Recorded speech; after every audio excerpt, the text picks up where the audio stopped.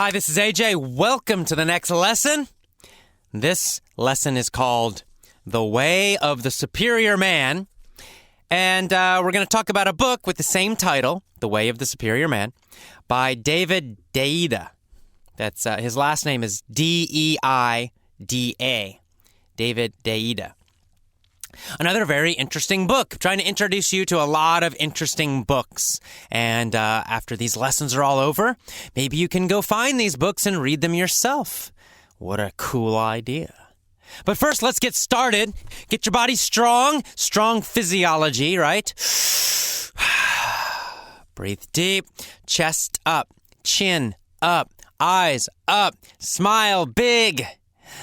Deep breaths. Move your body. Come on, get some energy in your body. Let's get started.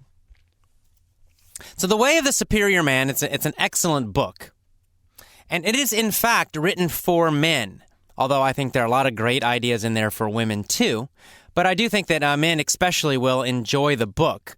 So if you're a man, I especially recommend that you go get it. But even if you're a woman, you could read it. You're allowed to. It's okay.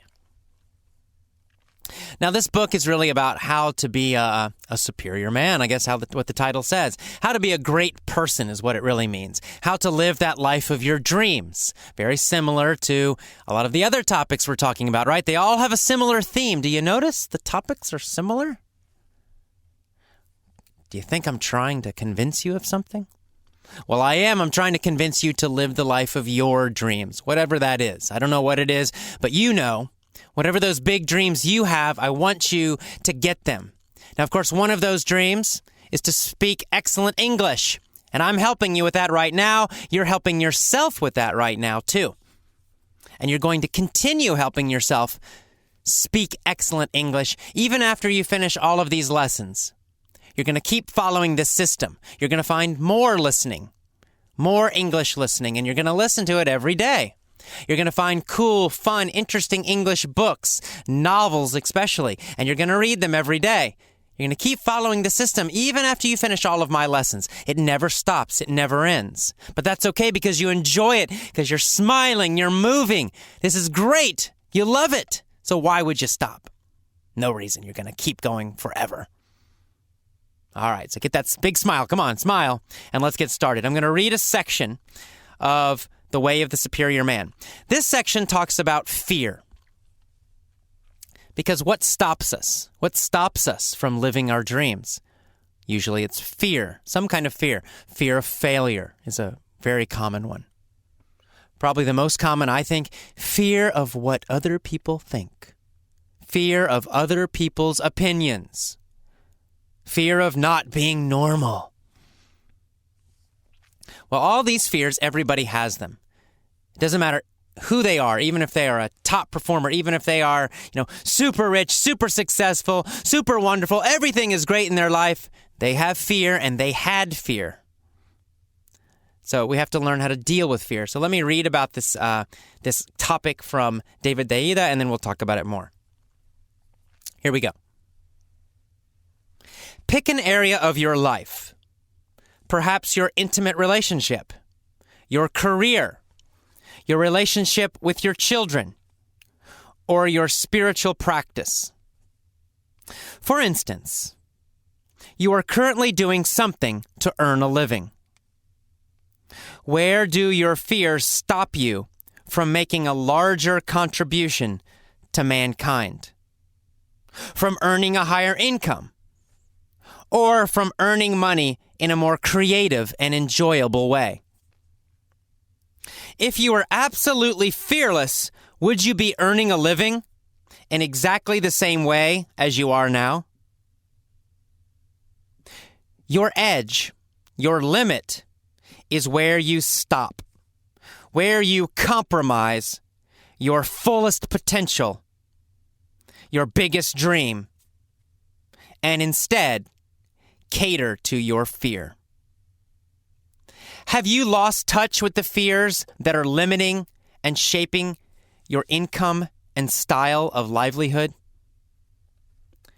If you have deluded yourself and feel that you are not afraid, then you are lying to yourself. All men are afraid unless they are dead. If you cannot admit this, you are pretending to yourself and to others. Your friends will feel your fear, even if you do not. Thus, they will lose trust in you, knowing you are deluding yourself, lying to yourself, and are therefore likely to lie to them, consciously or unconsciously. Or perhaps you are very aware of your fears. Your fear to take risks, your fear of failing, or your fear of succeeding. Perhaps you are comfortable with your life, and you fear the lifestyle change that might accompany a change in career, even though the new career will be closer to what you really want to do with your life. Some men fear the feeling of fear, and therefore don't even approach their edge, don't even approach their potential or their limit. They choose a job they know they can do well and easily, and don't approach the fullest potential they have within them. Their lives are secure and comfortable, but dead. They lack aliveness. They lack depth. They lack the inspirational energy that is the sign of a man living his fullest. If you are this kind of man who is hanging back, working hard perhaps, but not challenging yourself, well then, other men will not be able to trust you. They will not trust that you can and will help them live fully. Okay, that is the end of the section. Let's talk about it. What does it mean? So he's talking about fear. One of his points, point number one, everyone has fear. All men and women have fear. We're all afraid of something. We're all afraid of what other people will think. Nobody likes to be criticized, for example. We're all afraid of failing. Maybe some people a little bit afraid, some people very, very afraid, but all of us have that fear. Sometimes we have fear of success. We're afraid that our life will not be comfortable anymore. Oh my God, if I'm successful, then I'll have more stress or something. Or I'll be a bad person, or I don't know. We all have that kind of fear too, sometimes very small in some people. In some people, it's a very big fear. The point is, everybody has fear. So he's saying that you have to live with your fear. You have to see your fear. You have to recognize it. You have to welcome it. You have to accept it. You say, yes, I have fear. Yes, I'm afraid of this. That's okay. That's the first step. You have to accept your fear. You have to be honest. If you tell yourself, if you tell everybody, I'm not afraid of anything, I'm not afraid, I'm doing what I want to do, then you're probably lying. Maybe not consciously lying. Maybe you're subconsciously lying. But that's what he's saying. So next he's saying that you must go past your fear. If you stop because of fear, your life will become dead. It's very strong language he's using, right? He's very strong about this. He's saying, if you stop because of fear, you will become dead. You'll become a weak man. He's talking about men here, but it's the same for women. So he's saying you'll become a weak man, a lying man. Other men won't respect you. They won't trust you because they see you're afraid and you're not living your true life. You're not living your full potential, your full ability. You're not trying to live your real dream. So he's saying if you do that, if you stop because of fear, then other people, they'll stop respecting you. They will know. And you will feel dead. Some part of you will feel dead. On the other hand, the good news, he's saying if you do continue, you have the fear, yes, but you keep going. You keep pushing yourself, challenging yourself. Then you will feel alive. You will feel energy. people will notice, they will see that you are living your dream or trying to at least. And in this article, he's specifically talking about jobs and work. And, I chose this for a reason because that's one area most people do stop because of fear. Most people work a job that, it's okay, maybe. A lot of people work a job that they hate. They actually hate the job. They go every day, but they never change. They're afraid to try something more. Other people just do something that's comfortable. They don't hate their job, but they don't love it. It's okay. And then day after day, week after week, year after year, same boring job. And they become more and more dead in their life. Unfortunately, I think that's probably the normal thing. I think most people do that. I've seen it in my family. Most people in my family have done that. I've seen it a lot. Most people I meet, they're not super excited and thrilled and feeling wonderful about their job or their career because they're not living their real dream. They gave up. They quit. Don't do that. If you have done that, well, it's never too late to change. You can change right now. Just do it. So he's saying, start here. Start with your job. Start with your career. What do you really, really, really want to do? If you really dream big, what kind of career or job or business would make you feel excited and alive every day? Try to do that job. Try to do that career. You might need to study more. You might need to learn a lot. You might need to take a big risk. You might need to quit your job that you have now. It might take time, but start trying to do it now. Keep working at it. Do it. Don't stop because of your fear. And he says this is a never-ending process. You never stop challenging yourself. You never stop pushing past fear. The fear will always be there. There'll always be something new, a bigger dream you want to try, and the fear is going to try to stop you, and you always have to keep going. As long as you're alive, this will happen. It will always happen. It never, ever stops. It's true in my life. I've seen it. When I quit my job to start Effortless English, I was afraid. In fact, I was terrified. Very afraid. I was afraid I was going to fail. I was afraid I would have no money, be homeless. Crazy fears. But I did it anyway. And I'm very happy that I did because now I am very excited. I feel very alive. I love what I do. But I'm not stopping. Now I want to grow Effortless English. I want to bring more people into the company. I want to do seminars. All of these give me more new fears. Oh my God, maybe I won't be very good at a seminar. I have to stand in front of hundreds of people. Oh my God, I'm afraid. Right? The fears always come. But you just keep going anyway. I'm not going to be stopped by those fears. I will continue. And you must continue as well. All right. That's enough for now. Stay strong, big smile, strong physiology. Challenge your fears. Keep going. See you next time. Bye-bye. Hi, this is AJ Hogue. Welcome to the vocabulary lesson for Superior Man. Let's start. Our first word is intimate. Intimate. In the first sentence, David Deida says, pick an area of your life. Choose an area of your life. And he says, perhaps your intimate relationships. So intimate relationship, for example. Intimate just means very close, very personal. So your intimate relationships are your closest relationships.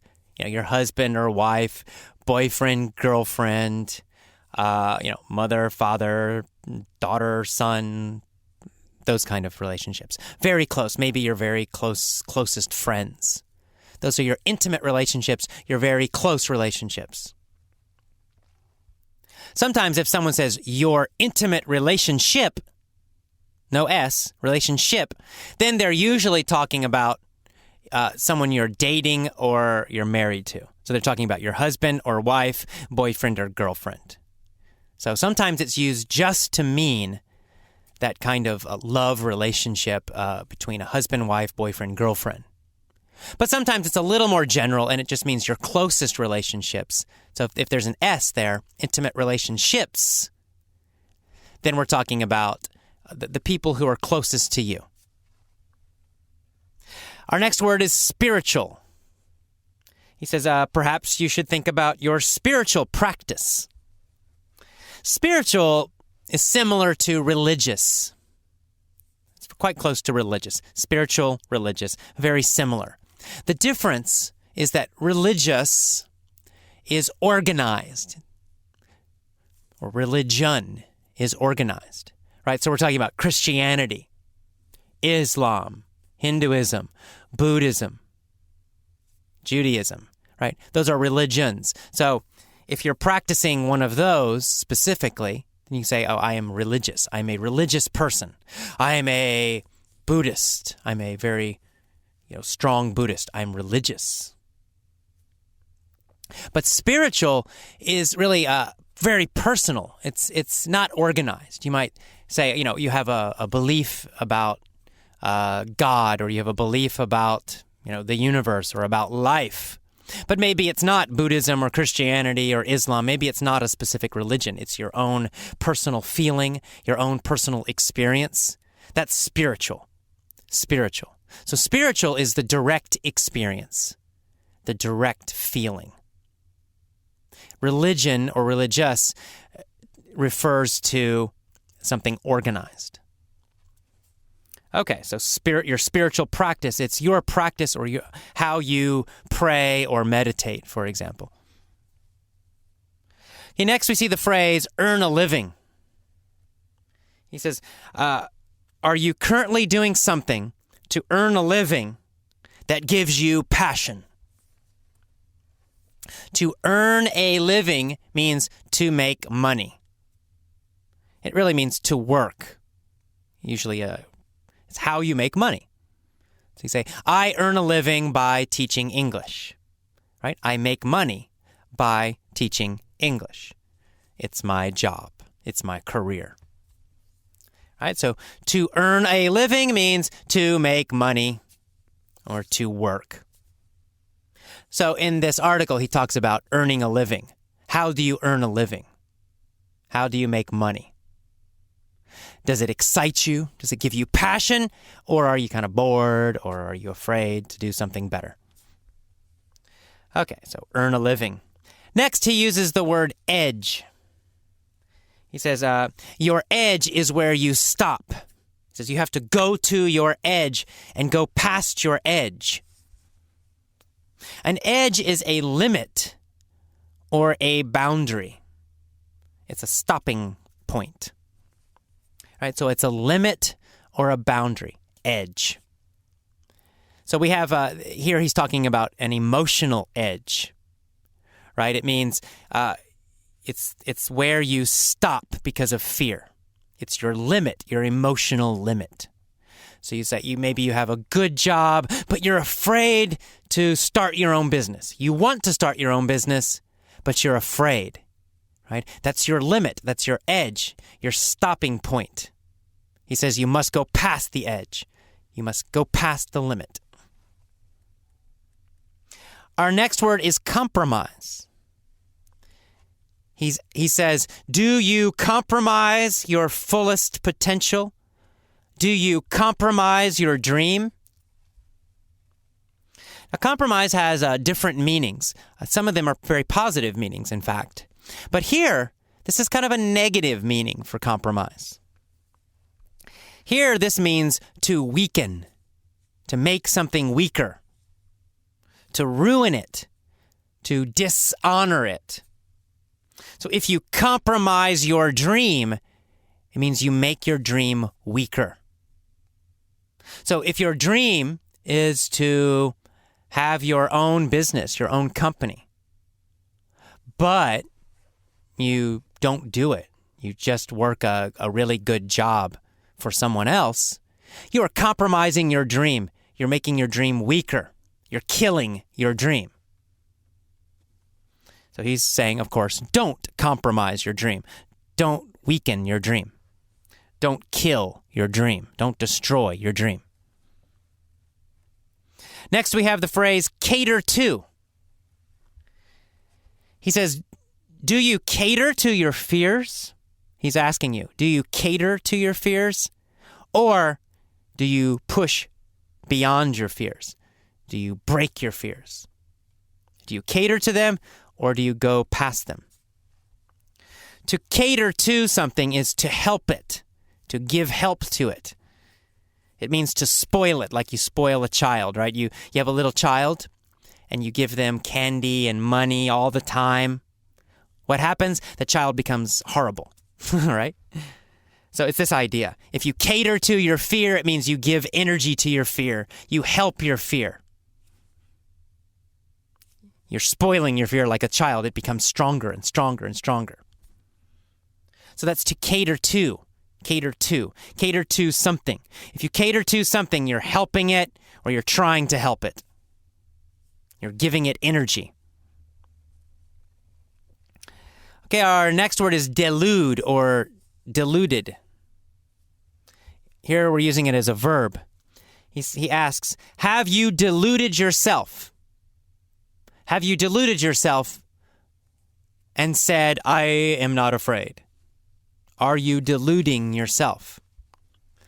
To delude means to lie to. So if you delude yourself, it means you lie to yourself. You're fooling yourself. You're tricking yourself. So it's this idea of tricking, fooling, lying to.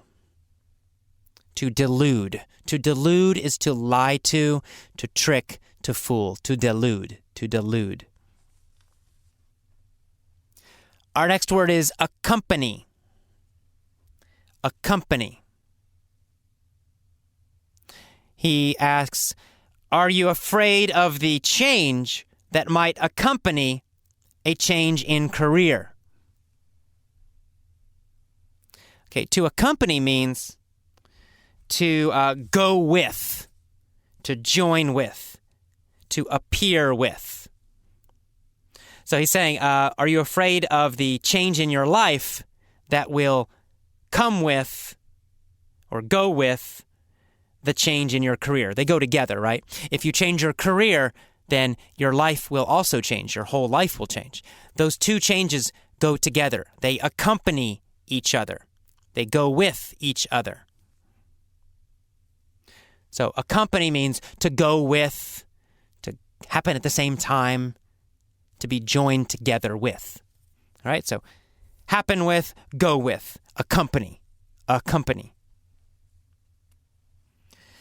All right, next is the phrase approach their edge, approach your edge, approach the edge.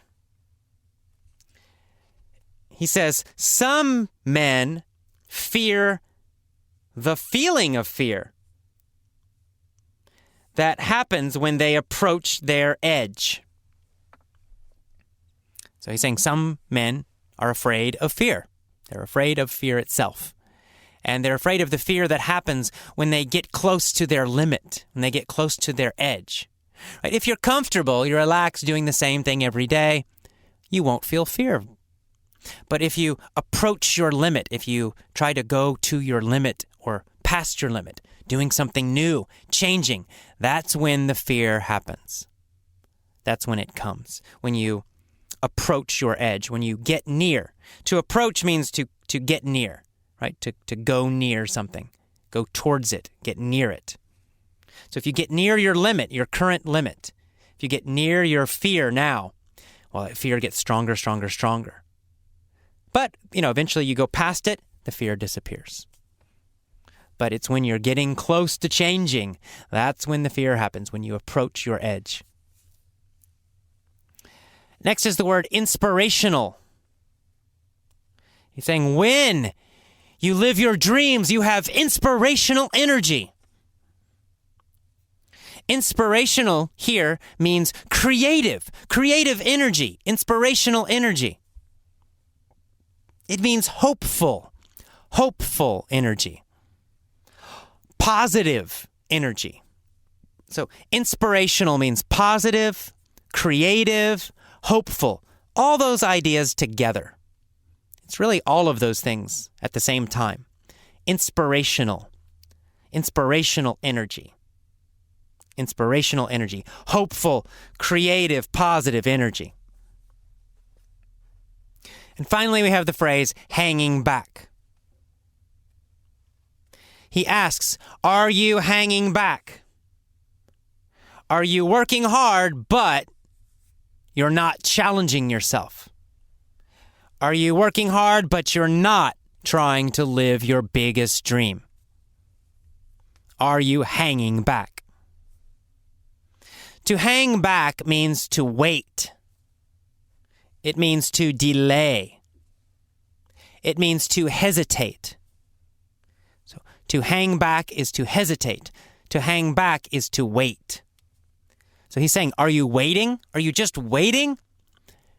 Are you delaying and hesitating? Or are you really taking action? Are you really trying to live your dream? Are you taking action? Are you doing it? Or are you waiting? Are you hanging back? Are you hanging back, waiting? Okay, that is the end of the vocabulary for the superior man. Big smile. See you for the mini story. Bye-bye. Hi, this is AJ. Welcome to the mini story for Superior Man. Are you strong? You feeling good? Let's get started. Kristen wanted to go to the moon. She wanted to visit the moon. Who wanted to visit the moon? Well, Kristen did. Kristen wanted to visit the moon. Where did she want to go? She wanted to go to the moon. Who wanted to go there? Kristen. Kristen wanted to go to the moon. What did she want? To go to the moon. Kristen wanted to go to the moon. Why? Why did Kristen want to go to the moon? Well, she wanted to go for spiritual reasons.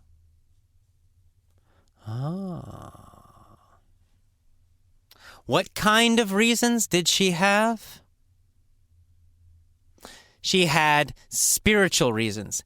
Kristen wanted to go to the moon for spiritual reasons. Of course, obviously. She wanted to meditate on the moon for 10 days. What kind of reasons did she have?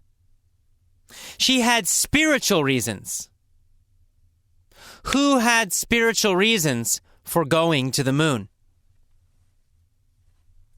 Kristen. Kristen had spiritual reasons for going to the moon. Did she have practical, normal reasons or spiritual reasons? She had spiritual reasons for going to the moon.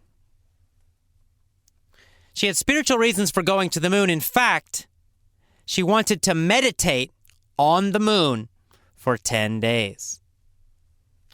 To meditate means to sit and breathe quietly and have a calm mind, calm brain.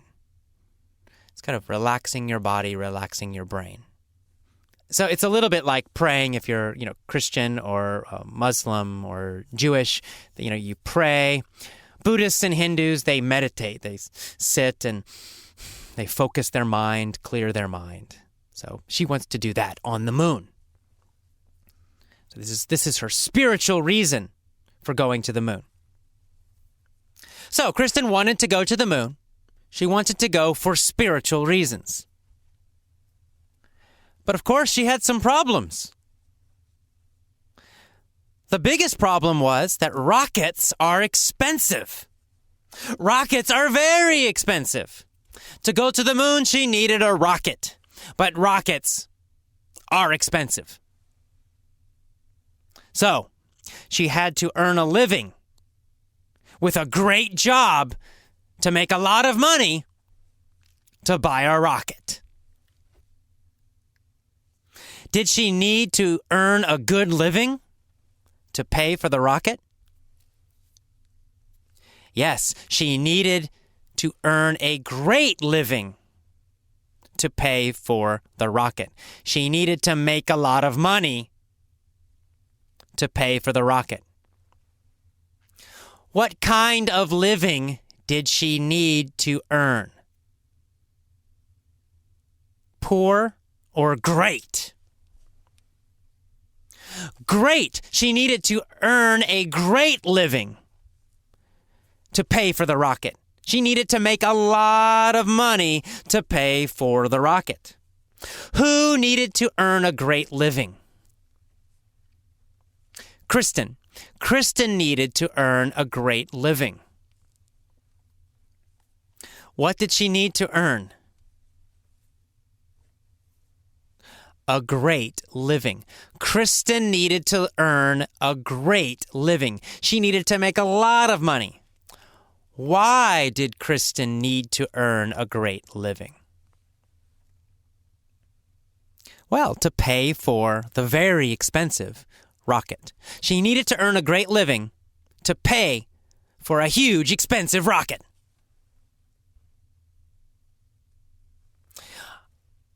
Unfortunately, her job did not pay a lot of money. Oh no. Did Kristen's job pay a lot of money? No, it didn't. It did not pay a lot of money. Kristen's job did not pay a lot of money. She was not earning a great living. She was not earning a good living. She was poor. Kristen started her own business.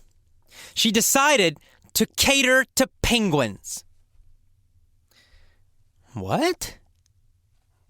She decided to cater to penguins. She decided to sell to penguins. She decided to help penguins. Penguins would be her customers. She sold fish to penguins.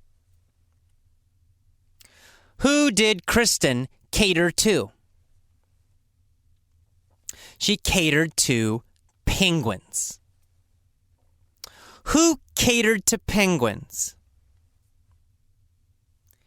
Kristen. Kristen catered to penguins. Did she help penguins? Did she focus on penguins? Yes, she did. She catered to penguins. Did Kristen cater to dogs? No, not dogs. Kristen catered to penguins. How did she cater to penguins? Well, she helped them by selling fish to them. She sold fish to penguins. That was her new business. Every day, she sold fish to penguins. Now, of course, she made a lot of money. Did she make a little money or a lot of money? She earned a lot of money. Why? Well, obviously, because penguins are super rich. And they eat a lot of fish. So Kristen earned a lot of money from the penguins, from her business. And finally, one day, she bought a rocket. Did she buy a car? No. Did she buy a house? No. She bought a rocket, a huge, powerful rocket. Why did she buy a huge, powerful rocket? To go to the moon, of course. To go to the moon. And so one day,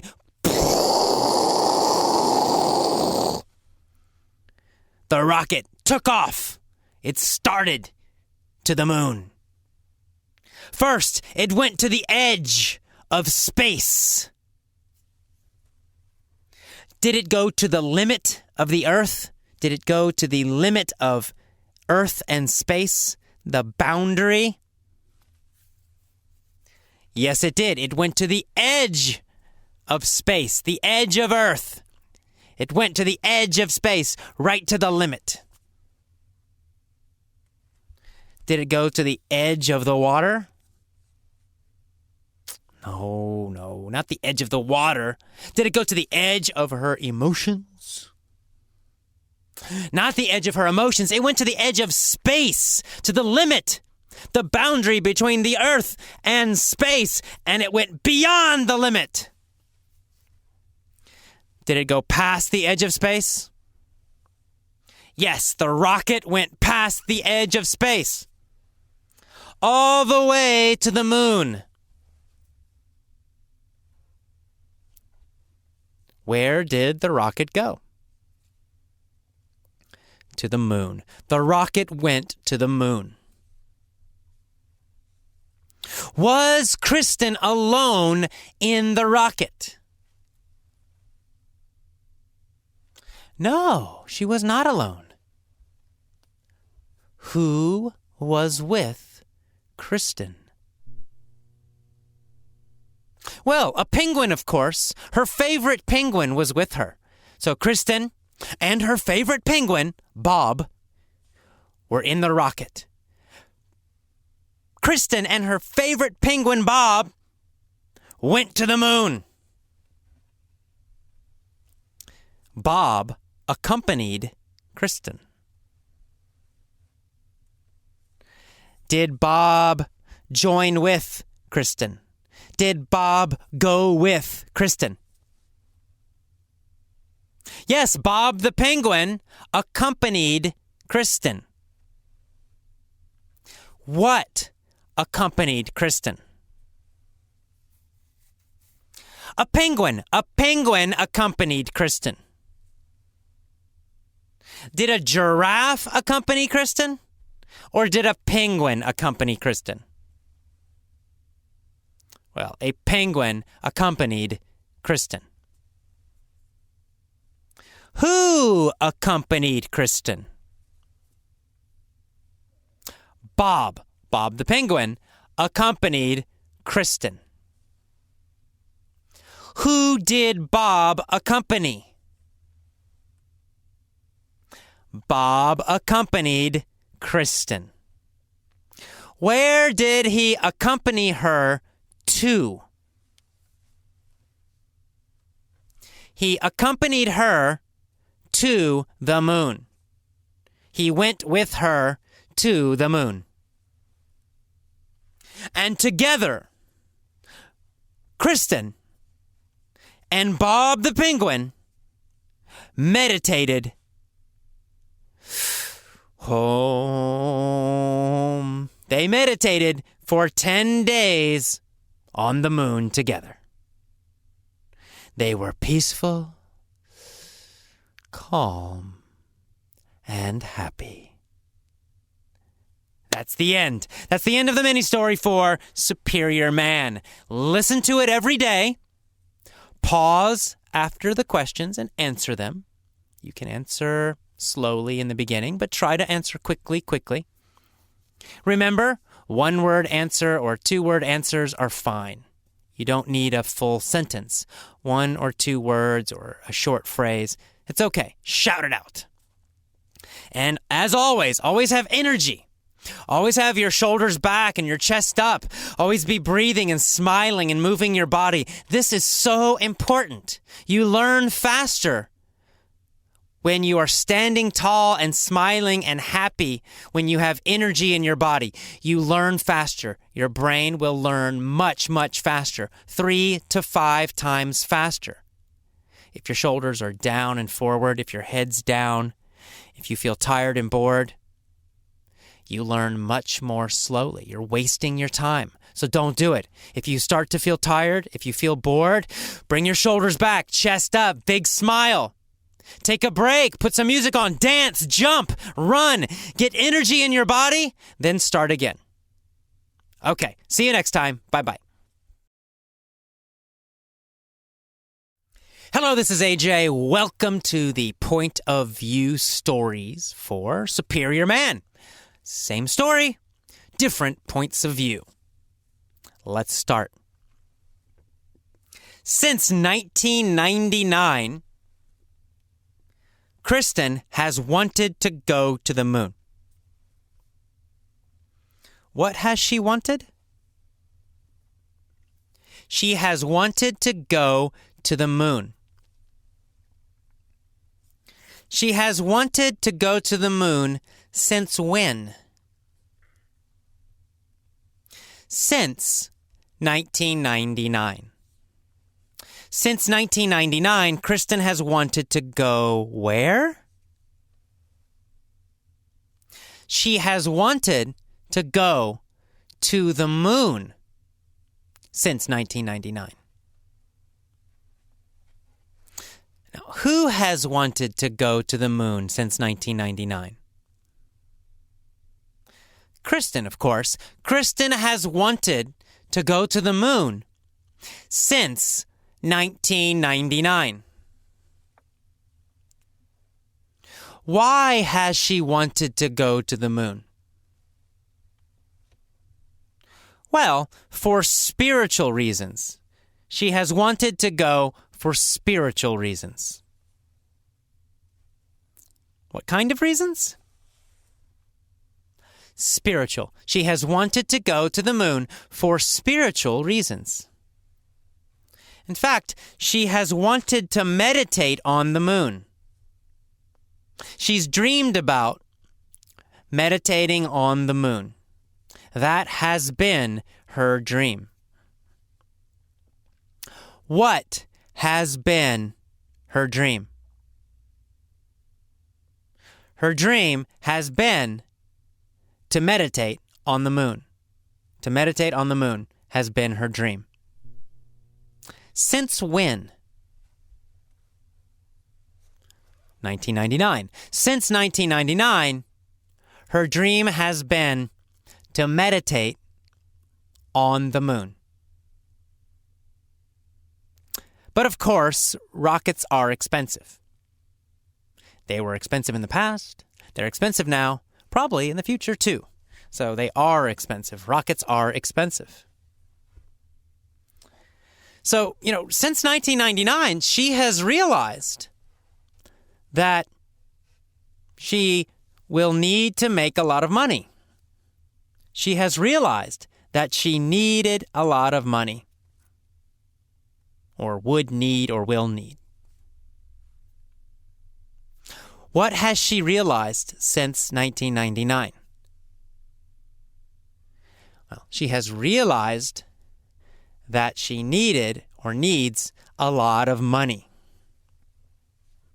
Yeah, she has realized it. She's known that. But her job did not pay a lot of money. So one day, she started her own business. She decided to cater to penguins. She decided to focus on penguins. She catered to penguins by selling fish to them. She sold fish to penguins every day.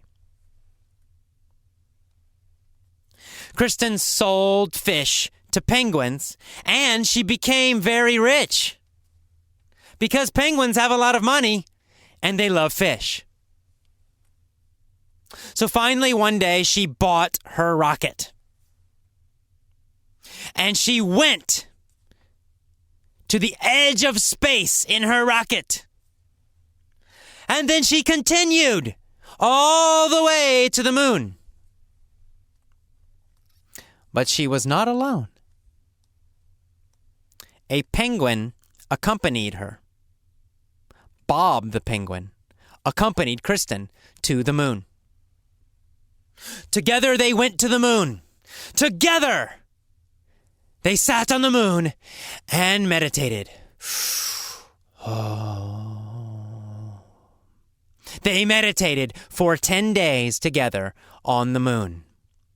They felt calm, peaceful, and happy. Okay, that is the end of the first POV story. Now, you noticed a lot of little changes in there. Maybe some of you are thinking, oh my God, why did he say this? Why did he say that? But hey, he said both. He said present and past. I don't know. Right? Students ask me this all the time, all these specific rules, because you're confused, because you learned from grammar rules. Forget about it. Don't ask me those questions because I won't answer them. Even if you ask them on the forum, I will not answer grammar questions because they hurt you. They confuse you. Forget them. Just listen. All you need to know is in some situations you can use more than one choice. There's more choices available. You don't need to know why. It's not important. Native speakers don't know why. Okay? Doesn't matter. Just listen. Hear the changes. Let them go into your subconscious. Let them go into your mind. Trust your brain. You don't need to think about it consciously. Trust your brain to understand subconsciously. Effortless English teaches you grammar subconsciously, effortlessly. So don't think about it. If you think about it, you'll learn more slowly. So just listen. That's all you need to do. All right, let's go on to the next story, which is the future. In 20 years from now, there'll be this beautiful woman named Kristen.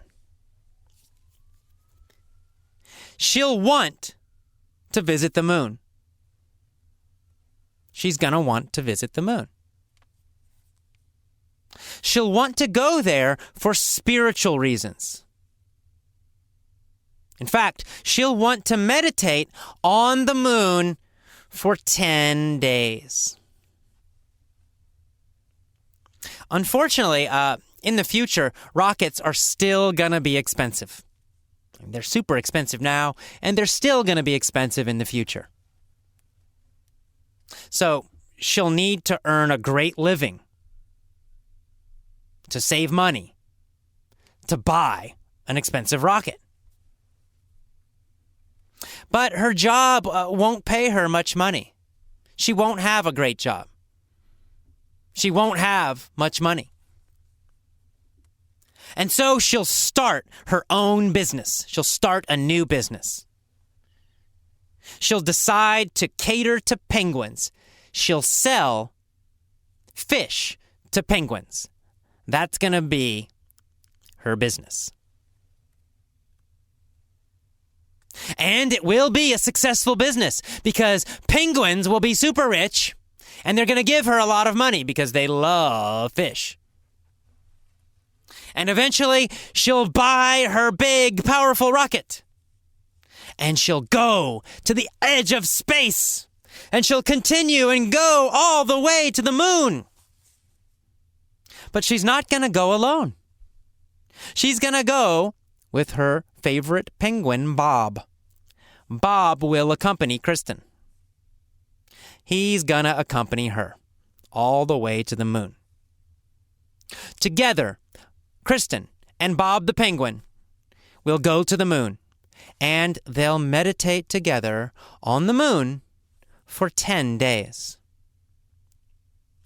They'll be peaceful, calm, and happy.